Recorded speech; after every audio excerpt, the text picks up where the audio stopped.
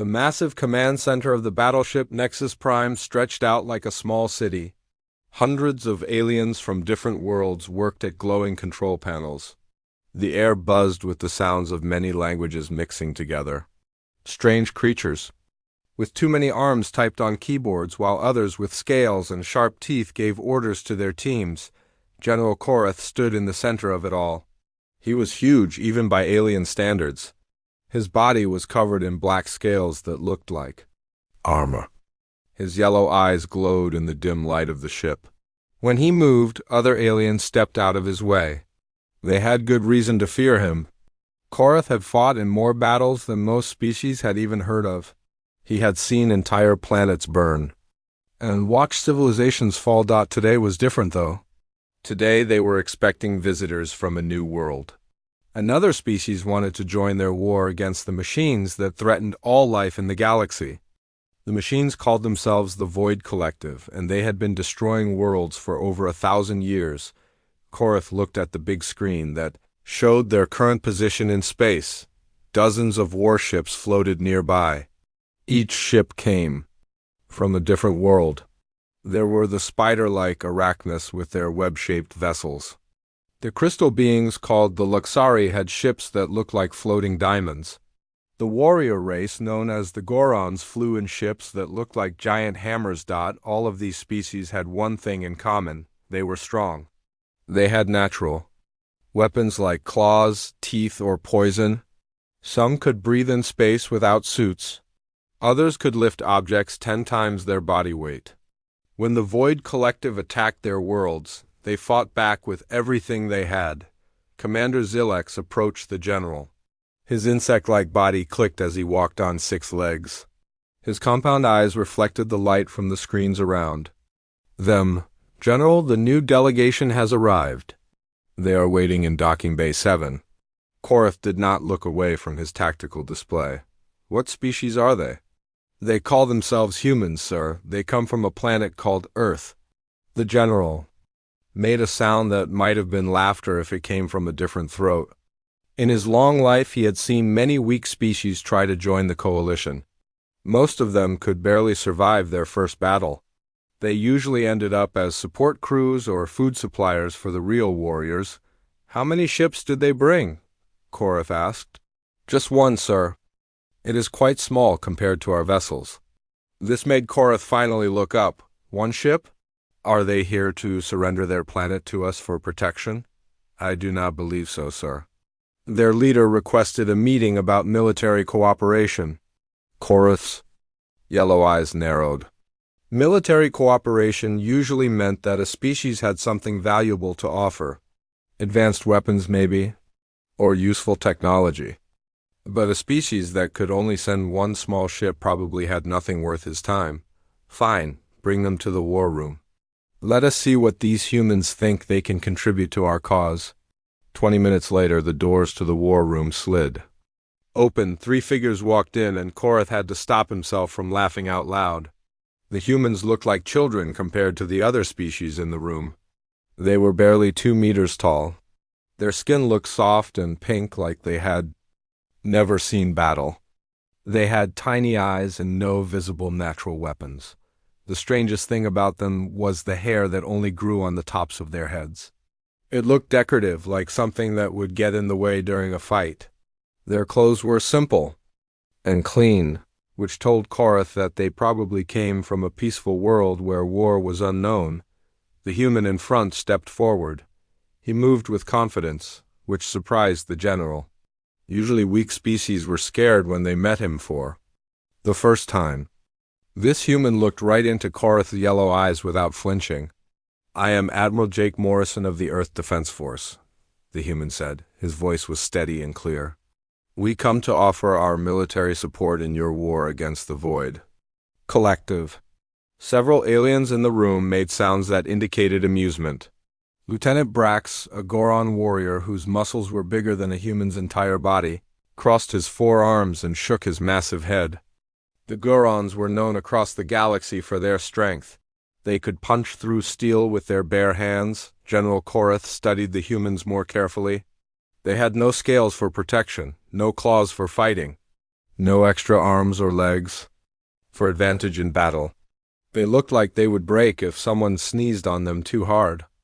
Admiral Morrison, Cora said slowly, what exactly do you think your species can offer our military alliance? You appear to lack any notable combat capabilities, Admiral Morrison smiled. This expression confused the aliens in the room. Most species only showed their teeth when they were angry or about to attack, but the humans seemed pleased about something. General, appearances can be deceiving, Morrison replied. We would like to request a demonstration. One of our soldiers would like to participate in your standard combat assessment. The war room fell silent. Even the background hum of the ship's systems seemed to quiet down. Combat assessments were serious business in the coalition. They were designed to test every aspect of a warrior's abilities. Many experienced soldiers from established species failed these tests. You want one of your people to take our combat assessment? Korath asked. He wanted to make sure he had heard correctly. That is correct, sir. Commander Zilex leaned forward. Admiral, our combat assessments are quite challenging. They test physical strength, speed, tactical thinking, and mental resilience. Many species require months of preparation before their soldiers attempt these trials. Morrison nodded politely. We understand the risks, Commander. We believe it would be the best way to demonstrate human capabilities. Korath looked around. The other alien commanders were watching this exchange with great interest. Some looked amused. Others appeared concerned that the humans might embarrass themselves badly. Very well, Korath decided. We will arrange a standard assessment. But I warn you, these tests are not games. Your soldier could be seriously injured or killed. We accept those terms, Morrison said without hesitation. Lieutenant Brack stepped forward. His massive frame cast a shadow over the three humans. What kind of soldier will you be sending? Your strongest warrior? Your most experienced fighter? Morrison looked up at the towering Goron without fear. We will send a regular infantry soldier. Someone representative of typical human military personnel. This statement caused more murmurs of disbelief around the room. If the humans were going to demonstrate their species' military value, why would they not send their best warrior? General Korath made his decision. The assessment will take place in 3 days. This will give you time to prepare your soldier and familiarize him with our equipment and protocols. Thank you, General. Our soldier will be ready. As the humans left the war room, the alien commanders began talking among themselves. Most of them predicted that the human demonstration would be over within minutes. A few wondered if they should prepare medical teams for when the human soldier inevitably got hurt.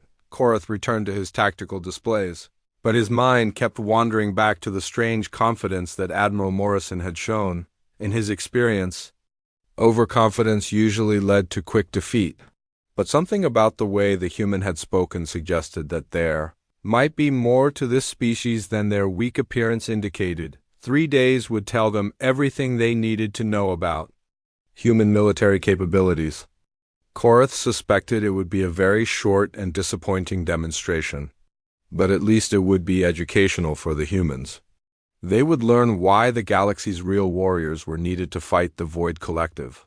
The general had no idea that in 3 days, everything he thought he knew about warfare was about to change forever. 3 days passed quickly aboard the Nexus Prime.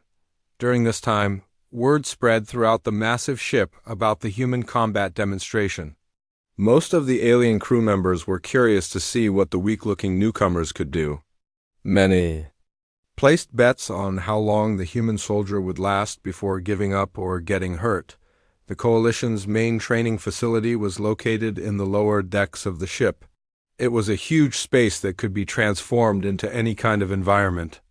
Desert planets, frozen worlds, jungle landscapes, or city battlefields could all be created using advanced technology. The facility was normally used to train elite soldiers from across the galaxy. General Korath stood in the observation deck high above the training floor. Through the thick glass windows, he could see technicians preparing the combat assessment program. Dozens of alien officers had gathered to watch the demonstration.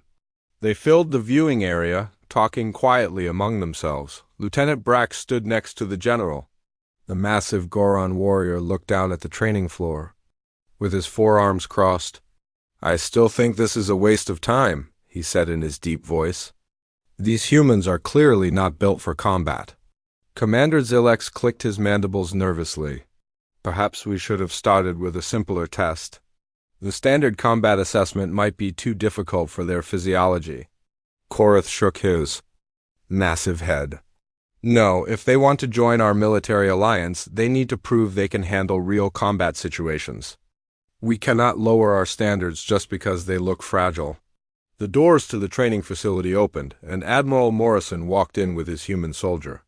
The crowd of alien observers grew quiet as they got their first look at the warrior that Earth had sent to represent their species. The human soldier was even less impressive than the diplomats had been. He was of average height for his species, with short brown hair and calm green eyes. His name was Sergeant Danny Walsh, and he looked like he might work in an office rather than fight in battles. He showed no signs of enhancement or genetic modification. He appeared to be a completely normal human being. Danny wore the standard coalition combat gear that had been provided to him. The armor was designed to fit most humanoid species, but it looked loose on his smaller frame. He carried a plasma rifle that seemed almost too big for his hands. A basic medical kit and emergency supplies were attached to his belt. "This is their warrior?" Lieutenant Brax asked in disbelief. "I have seen civilian dock workers who look more dangerous than this creature." The human soldier walked calmly to the center of the training floor. He did not seem nervous or afraid, despite being surrounded by technology he had never seen before. He took a few practice shots with the plasma rifle and checked his equipment one final time. His movements were efficient and purposeful. "Admiral." Morrison spoke into his communication device. "Sergeant Walsh, are you ready to begin?"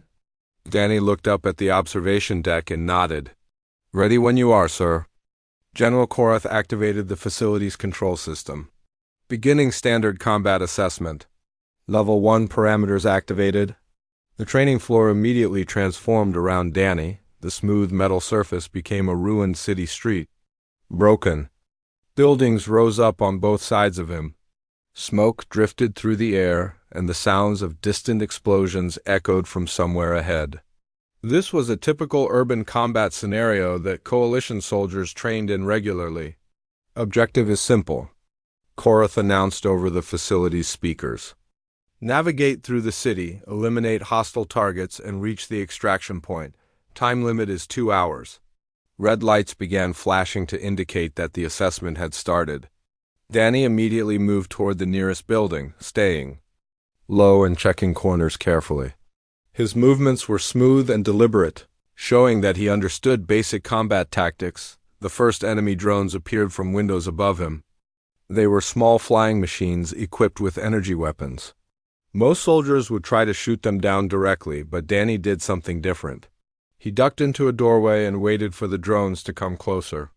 When they were almost on top of him, he threw a piece of rubble at one of them, causing it to crash into the other. "Interesting approach," Commander Zilex observed. He used the environment instead of wasting ammunition. More drones appeared, but Danny was already moving. He seemed to anticipate where they would come from before they actually appeared. He used cover effectively, moving from building to building in a pattern that kept him hidden from most angles. When he did have to fight, his shots were accurate and efficient. 20 minutes into the assessment, Danny had progressed further than many experienced coalition soldiers managed in their first attempt. He had destroyed or avoided dozens of enemy drones without taking any significant damage. "Increase difficulty to level 2, Korath ordered. The city environment shifted around Danny. The buildings became more damaged and unstable. Larger enemy units began appearing. These were ground-based robots with heavy armor and powerful weapons. They were designed to be challenging for even veteran soldiers. Danny's response surprised everyone in the observation deck. Instead of becoming more cautious, he became more aggressive. He started using the unstable buildings to his advantage, causing walls to collapse on enemy units. When his plasma rifle began running low on power, he picked up weapons from destroyed enemies and used them instead. "He adapts quickly," Admiral Morrison noted with satisfaction. This is typical behavior for human soldiers in challenging situations. Lieutenant. Brax was no longer laughing. How is he moving so fast? His species does not appear to have enhanced reflexes. Danny was indeed moving with remarkable speed and precision. He seemed to flow around obstacles like water, always finding the most efficient path forward. When enemies tried to corner him, he would disappear into the rubble only to emerge behind them moments later, 1 hour into the assessment. Danny had reached the halfway point. This was faster progress than most coalition soldiers achieved on their first attempt. More importantly, he showed no signs of fatigue or stress. If anything, he seemed to be getting more comfortable with the challenge. Level 3, Korath announced grimly. The environment became a nightmare. The city was now actively collapsing around Danny. Gravity fluctuated randomly, making movement unpredictable. The enemy units were now equipped with advanced weapons that could adapt to his tactics. This level of the assessment was designed to push even elite soldiers to their limits. Danny paused for a moment to assess the new situation.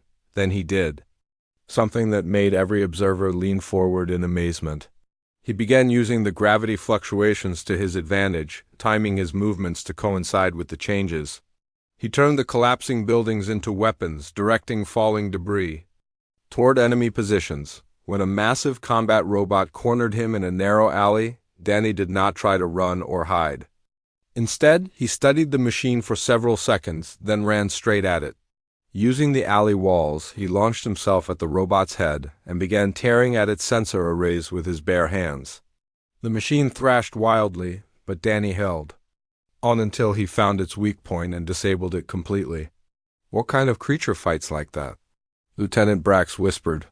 His voice carried a note of respect that had not been there before. A predator, Admiral Morrison replied quietly. On Earth, we call it persistence hunting. Humans don't give up. By the end of the second hour, Danny had not only completed the assessment, but had done so with time to spare. He stood at the extraction point, breathing hard but still alert and ready to continue fighting if necessary. His equipment was damaged and his armor was scraped, but he was uninjured. General Korath stared down at the human soldier in stunned silence. In 3 centuries of military service, he had never seen anything quite like this performance. The creature that had looked so weak and helpless had just completed a task that challenged the galaxy's finest warriors. Turn off the assessment. Korath ordered. The ruined city faded away, leaving Danny standing alone on the smooth metal floor. He looked up at the observation deck and waited for instructions, as calm as he had been when the test began. Sergeant Walsh, Admiral Morrison's voice came over the speakers. Outstanding performance. Return to the preparation area. Danny nodded and walked toward the exit. As he passed beneath the observation deck, he looked up at the assembled alien officers. His green eyes met General Korath's yellow ones for just a moment. In that brief exchange, the alien general saw something that made his scales tingle with an unfamiliar sensation. It was not fear, exactly, but it was recognition. The recognition that he was looking at something dangerous. Something that had been shaped by forces he did not understand. As Danny disappeared through the exit, the observation deck remained silent. The aliens who had come to watch an amusing demonstration were now processing what they had actually witnessed. This was not just an impressive performance by a single individual. This was a glimpse into the military potential of an entire species. General Korath finally spoke, his voice carrying a weight that had not been there before. Admiral Morrison, I think we need to talk. The observation deck slowly emptied as the alien officers filed out, their conversations filled with confusion and amazement. Many of them had never seen a single soldier complete the standard combat assessment so efficiently. They whispered among themselves about what they had just witnessed, trying to understand how such a small and seemingly weak creature had performed so well. General Korath remained at the window, staring down at the empty training floor. His yellow eyes reflected the lights from the control panels around him. For the first time in many years, he felt uncertain about something. The human soldier had moved through the assessment like he was born for combat, but that seemed impossible. Given his species' obvious physical limitations, Admiral Morrison approached the general quietly. "You wanted to speak with me, General?" Korath turned to face the human diplomat. "Your soldier performed adequately," he said, though his tone suggested he was impressed, despite himself. "But one exceptional individual does not prove that your entire species is suitable for military service." "You're absolutely right," Morrison agreed. "Danny is a good soldier, but he's not special by human standards. Most of our military personnel could have done what he just did." Commander Zilex, who had been reviewing the assessment data, looked up from his console. "That seems unlikely, Admiral. The performance we just witnessed was exceptional even by Coalition standards." Morrison smiled again, that strange expression that showed his teeth. "Commander, what you saw was a human soldier operating at about 70% of his potential. Danny was holding back because he didn't want to damage your equipment too." "Badly." Lieutenant Brax, who had been unusually quiet since the assessment ended, stepped forward. "What do you mean, holding back?"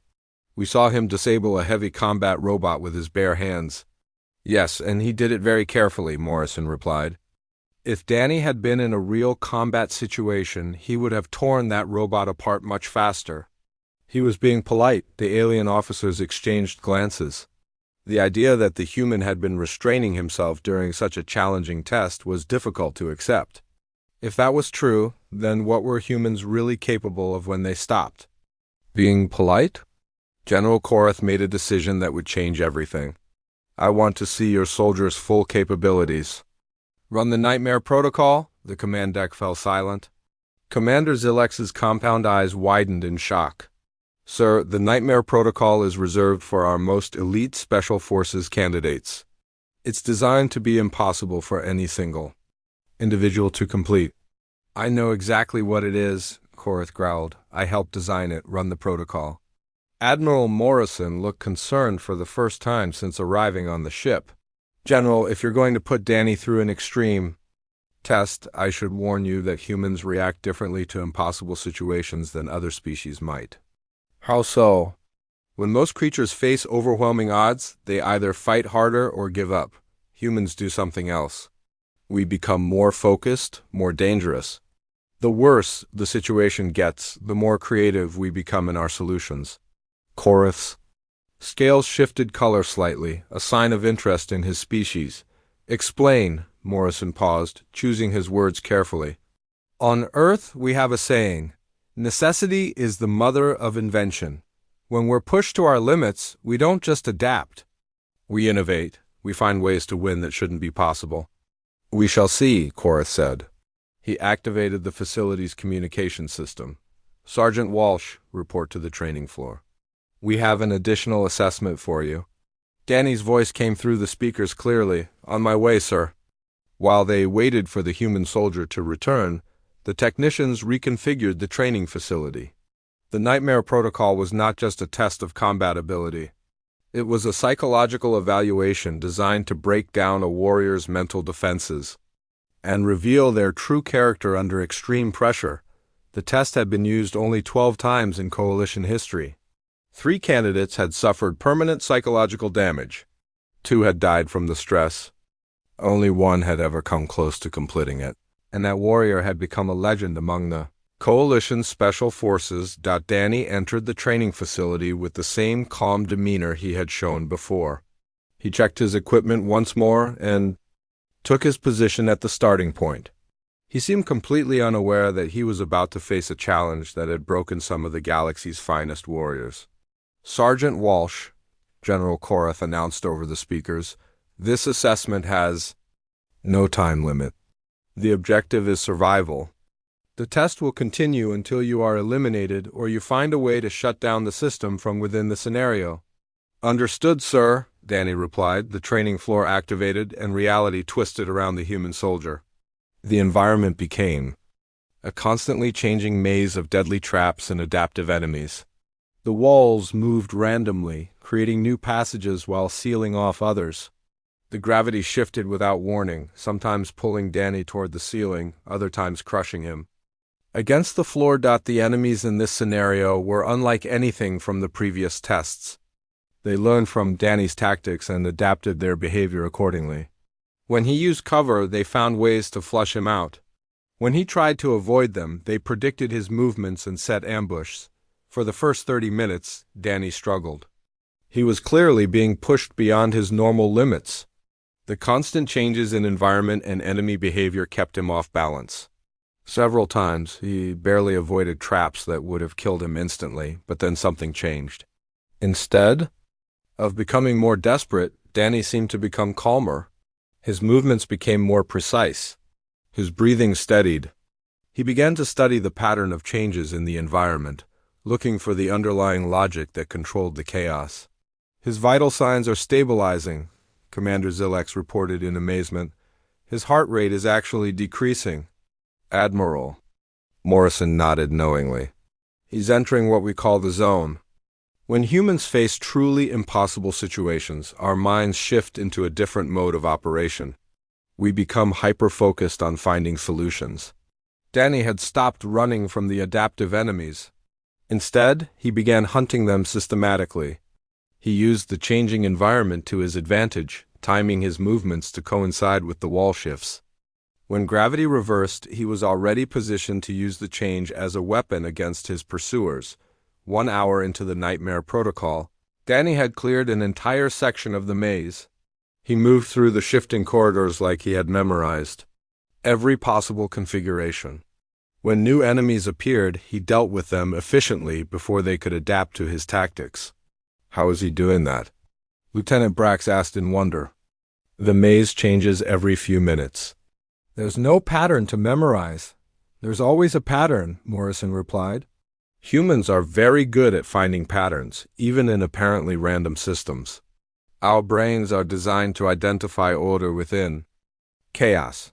2 hours into the test, Danny had done something that no previous candidate had managed. He had reached the central control room of the maze. This was the theoretical endpoint of the assessment, but it was protected by the most dangerous enemies and the most deadly traps. Most candidates never even found it. Danny stood before the control room's sealed door, studying the complex locking mechanism. It was designed to be impossible to bypass without special tools that were not provided in the assessment. Previous candidates had given up at this point, accepting that the test could not be completed. Danny did not give up. He examined the door carefully, running his hands along its surface. Then he began removing panels from the wall nearby. The watching aliens realized he was trying to access the power conduits that supplied the door's locking system. He's going to try to overload the system, Commander Zilex observed. That's extremely dangerous. If he miscalculates, the feedback could kill him. Danny knows the risks, Morrison said quietly. But humans don't accept impossible as an answer. We keep looking for solutions until we find one. Danny connected several power conduits in a configuration that should have been impossible with the available materials. He used pieces of his own armor to create makeshift tools and bypass safety systems with techniques that were not in any Coalition manual. The door's locking mechanism began to spark and smoke. Alarms rang throughout the facility as the power grid fluctuated wildly. Then, with a sound like breaking glass, the door slid open. Danny stepped into the control room and found the master shutdown switch. He pressed it, and the entire Nightmare Protocol deactivated instantly. The maze disappeared, leaving him standing alone on the training floor once again. The observation deck was completely silent. General Korath stared down at the human soldier with something approaching awe. In 3 centuries of military service, he had never seen anything like what he had just witnessed. Sergeant Walsh, Admiral Morrison's voice came over the speakers. Exceptional work. Return to the preparation area. Danny nodded and walked toward the exit.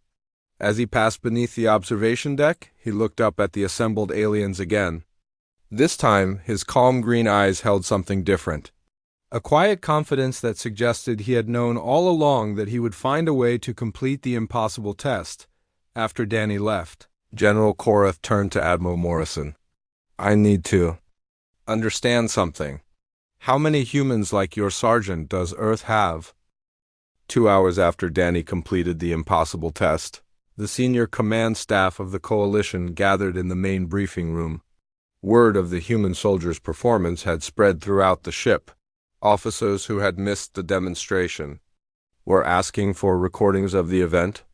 The mood in the room was different from their first meeting with the humans, where there had been amusement and condescension before.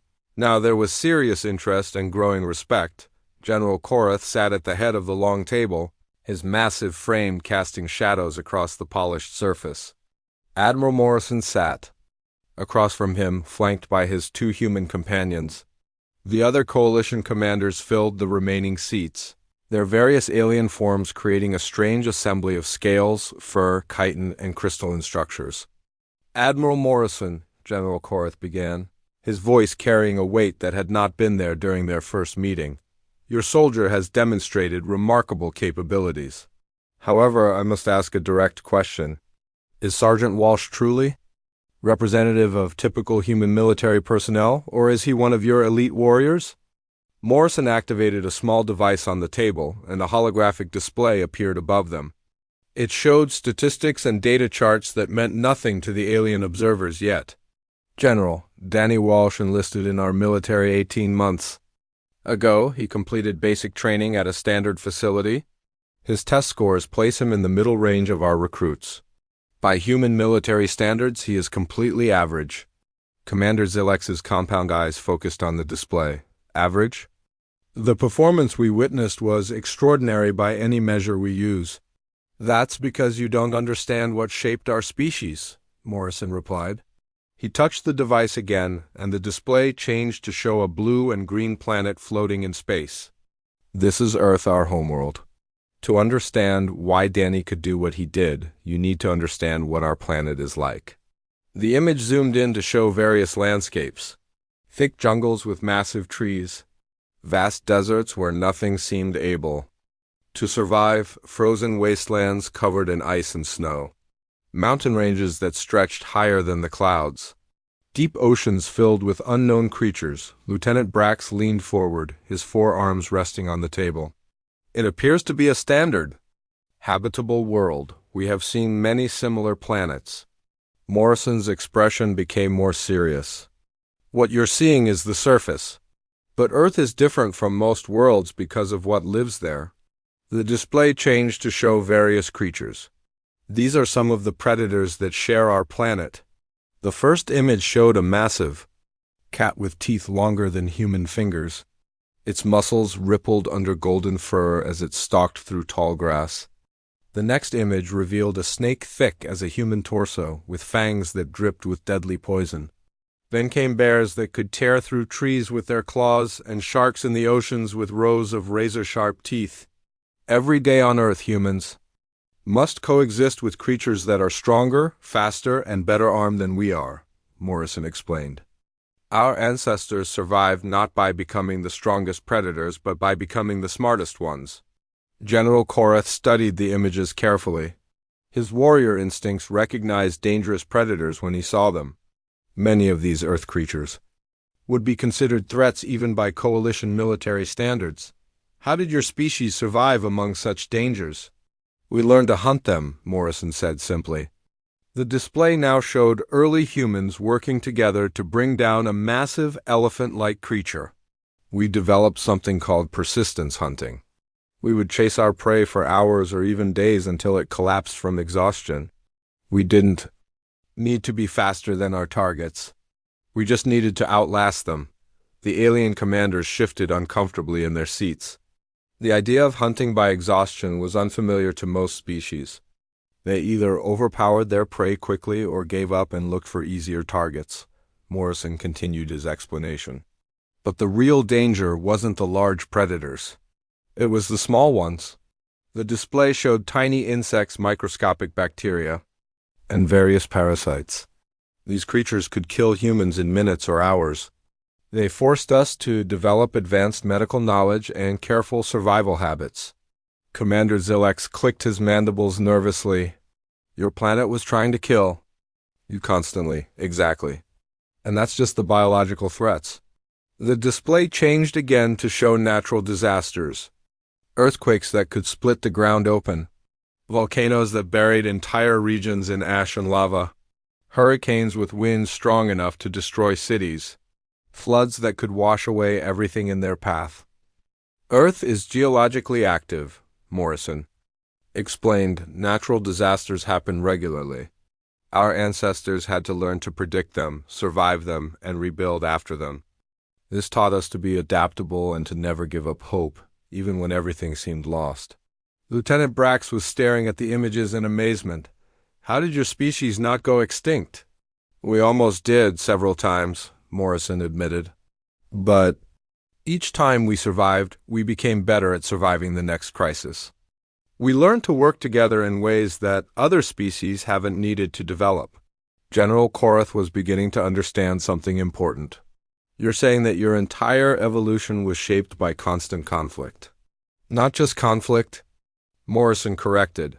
Constant adaptation to new challenges. Earth never let us get comfortable. Every time we thought we had mastered our environment, something new would try to kill us.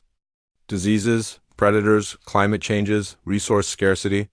We had to become good at solving problems that had never been solved before. The display now showed human settlements throughout history, small tribes hiding in caves, villages built to withstand floods and earthquakes, cities designed to protect their inhabitants from both natural disasters and human enemies. But the most important thing Earth taught us, Morrison continued, was how to fight each other. The room fell silent. The alien commanders had been following the explanation about environmental pressures, but this statement caught them off guard. Morrison's voice became quieter, more serious. For most of human history, our greatest threat wasn't the predators or the natural disasters. It was other humans. We spent thousands of years at war with each other. We developed warfare into a science. The display began showing human conflicts throughout history. Armies clashing with swords and shields, fortified cities under siege, advanced weapons destroying targets from great distances. The scale and complexity of human warfare was unlike anything the alien observers had seen before. Every advance in human technology was driven by the need to fight better wars, Morrison explained. Better weapons, better armor, better tactics, better strategies. We turned conflict into an art form. Commander Zilex was processing this information with growing alarm. Your species spent its entire development learning to kill efficiently. Yes, Morrison agreed. But we also learned something equally important. We learned when not to kill. The display changed to show humans working together, scientists sharing knowledge, doctors treating patients regardless of their background, soldiers risking their lives to save civilians, communities rebuilding after disasters. Earth taught us that cooperation is the only way to survive long-term, Morrison said. We learned to channel our capacity for violence into protecting rather than destroying. We became warriors not because we enjoy fighting, but because we understand that sometimes fighting is the only way to protect what matters. General Korath was silent for a long moment, processing everything he had heard. Finally, he spoke. How many soldiers like Sergeant Walsh can Earth provide? Morrison smiled that strange human expression again. Our current active military consists of 20 million personnel. Another 50 million are in reserve units. Every one of them has completed training that would be considered extreme by your standards. The number hit the alien commanders like a physical blow. Most species contributed a few thousand soldiers to the coalition. The idea of a single planet providing millions of trained warriors was almost beyond comprehension. But there's something else you need to understand, Morrison added.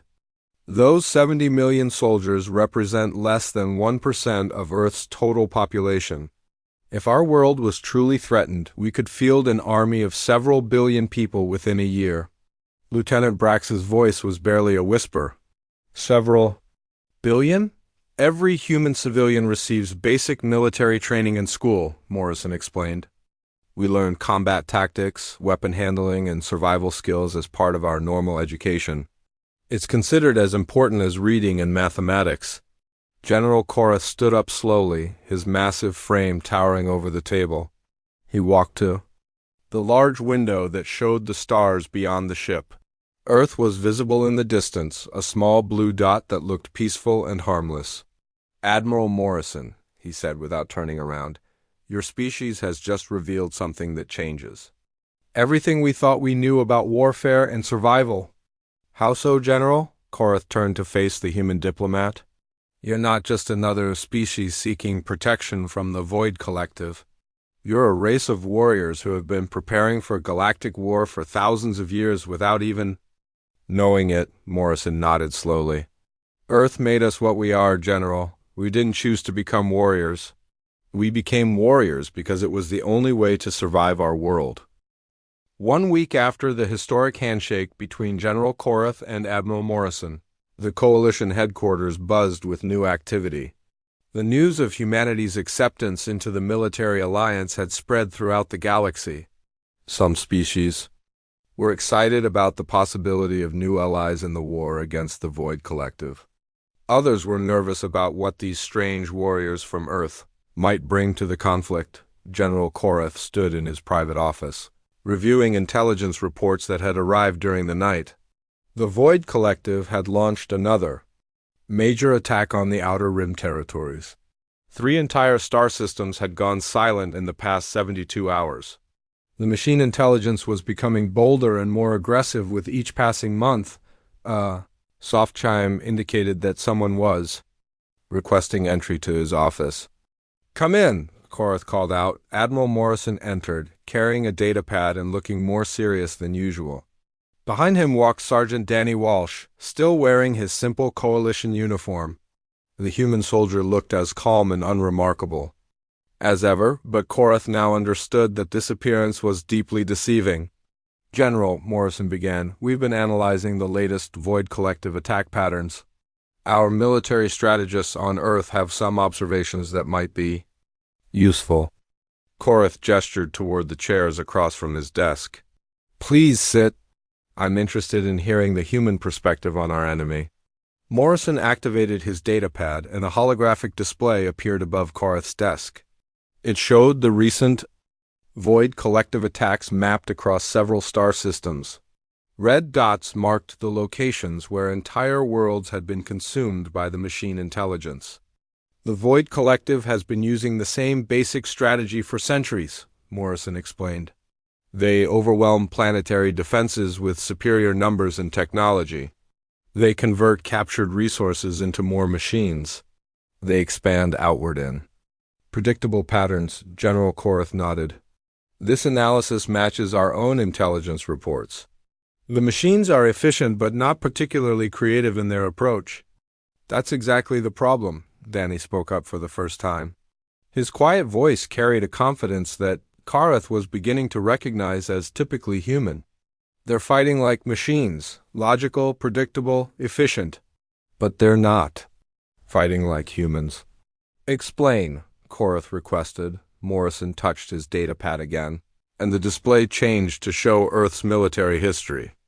"General, when humans fight other humans, we don't just try to be more efficient than our enemies. We try to be more unpredictable. We study our opponent's patterns and then do something they don't expect." The display showed various human conflicts, where smaller forces had defeated larger ones through unconventional tactics, surprise attacks at impossible locations, strategies that seemed foolish until they suddenly worked perfectly. Victories achieved through methods that no logical analysis would have recommended. "The Void Collective has been successful because they fight species that think logically," Danny continued. "Everyone tries to build better defenses or more powerful weapons, but nobody has tried to confuse them." Korath leaned forward in his chair. "You're suggesting psychological warfare against a machine intelligence?" "Not exactly," Morrison replied. "We're suggesting chaos warfare. Humans are very good at creating controlled chaos. We make our enemies think they understand what we're doing, then we do something completely different." The holographic display now showed a detailed analysis of Void Collective movement patterns. The machines followed efficient paths between star systems, always choosing the most logical routes and targets. Their behavior was so predictable that Coalition forces could usually guess where they would attack next. "This predictability is their weakness," Danny observed. They expect their enemies to behave rationally. When someone behaves irrationally, machines have trouble adapting. General Korath studied the display carefully. What are you proposing? Morrison smiled his strange human expression. We want to volunteer for the next major engagement with the Void Collective. But we want to do it our way. Which is? Complete tactical freedom, Morrison replied. No predetermined battle plans. No coordination with other coalition forces. Just let us loose and see what happens. The request was so unusual that Korath had to process it for several moments. In coalition military doctrine, coordination and planning were essential for any successful operation. The idea of allowing an untested species to operate without oversight seemed extremely risky. Admiral, the Void Collective forces are vast. Even with your impressive capabilities, a small human force would be heavily outnumbered. Danny spoke up again. General, humans have been outnumbered in every major conflict in our history. We're used to it. In fact, we prefer it. Why would you prefer to be outnumbered? Because when you're outnumbered, the enemy gets overconfident, Morrison explained. They make assumptions about what you can and cannot do. Those assumptions become weaknesses we can exploit. Korath was beginning to understand the human approach to warfare. Where other species saw disadvantages, humans saw opportunities. Where others tried to minimize risks, humans seemed to embrace them as tools. 3 days later, the opportunity to test human tactics arrived. Long-range sensors detected a massive Void Collective fleet approaching the Kepler system. The system contained 4 inhabited worlds and several important mining colonies. Losing it would be a significant blow to the Coalition's war effort. General Korath assembled the largest Coalition fleet available on such short notice. 67 warships from 12 different species gathered at the edge of the Kepler system. It was an impressive force, but intelligence reports suggested the Void Collective fleet was nearly twice as large as Admiral Morrison's ship. The Earth vessel Defiance was tiny compared to the other Coalition warships. It looked more like a scout vessel than a serious military threat. Most of the alien commanders wondered why the humans had been included in such an important battle. Oh.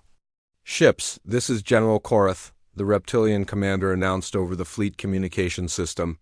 The Void Collective will arrive in approximately 6 hours. We will engage them according to standard Coalition battle doctrine. All ships maintain formation and await my orders. General, Morrison's voice came over a private channel, requesting permission to begin independent operations. Korath hesitated. For a moment, then made a decision that would change the course of the war. Permission granted, Admiral. Show us what humans can do. The Defiance immediately broke away from the Coalition formation and accelerated toward the outer edge of the star system. To the watching alien commanders, it appeared that the humans were either running away or positioning themselves for a suicide attack. When the Void Collective fleet arrived, it was even larger than expected. Over 100 machine ships emerged from hyperspace in perfect formation. They moved with mechanical precision toward the Coalition forces, their weapons charging for the inevitable battle. The Coalition fleet prepared for a traditional engagement. Larger ships would anchor the formation while smaller vessels provided support. It was a proven strategy that had worked in previous battles against the machines, but the humans had other plans. The Defense appeared suddenly in the middle of the Void Collective formation, having somehow approached undetected. Instead of engaging the enemy ships directly, it began broadcasting strange signals on multiple frequencies. The signals appeared to be random noise, but they were actually carefully crafted to interfere with machine communication systems. Within minutes, the perfect Void Collective formation began to break apart. Ships started firing on each other as their targeting systems became confused. Some machines began spinning helplessly as their navigation systems failed. Others simply stopped. Moving altogether, what are they doing? Commander Zilex asked in amazement. They're creating chaos, General Korath replied, finally understanding the human strategy. They're turning the machine's own precision against them. The Defiance continued its impossible dance through the enemy fleet, always staying just ahead of the weapons trying to destroy it. The humans seemed to know exactly where each machine ship would be before it got there. They used the Void Collective's predictable behavior to stay alive while spreading confusion throughout the enemy formation. As the machine fleet fell into disarray, General Korath gave the order for the coalition forces to attack. The battle that should have been a difficult victory became a rout. The confused and disorganized Void Collective ships were no match for the coordinated coalition assault. In less than 2 hours, the entire machine fleet had been destroyed or disabled. Not a single coalition ship was lost. It was the most decisive victory in the war's 1,000-year history. After the battle, Admiral Morrison returned to the coalition flagship. He found General Korath in the observation deck, staring out at the debris field that had once been an unstoppable machine fleet. "Admiral," Korath said without turning around, "how did you know that strategy would work?" Morrison joined the general at the window. "We didn't know for certain, but we understood something about our enemy that the coalition hadn't realized yet." "Which was?" "The Void Collective thinks like a machine because it is a machine. Machines are logical, efficient, and predictable. Humans are none of those things. We're chaotic, wasteful,